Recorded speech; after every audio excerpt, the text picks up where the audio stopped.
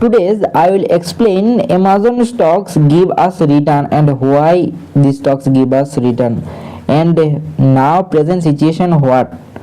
Here you can see these stocks at this price trade in the $278, and if you see the last 5 days return, which is 0%, if you see the last 1 month return, that is 12%, which is very good. In the last 6 months, 36% return these stocks give us.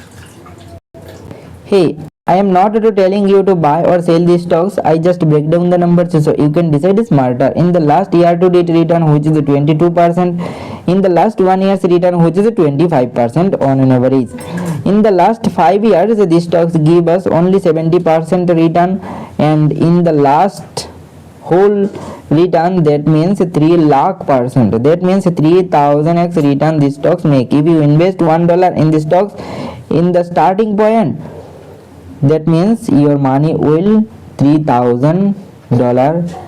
So what do you think about these stocks? Please comment below, and always do your own research before investing. Follow for more stocks breakdown.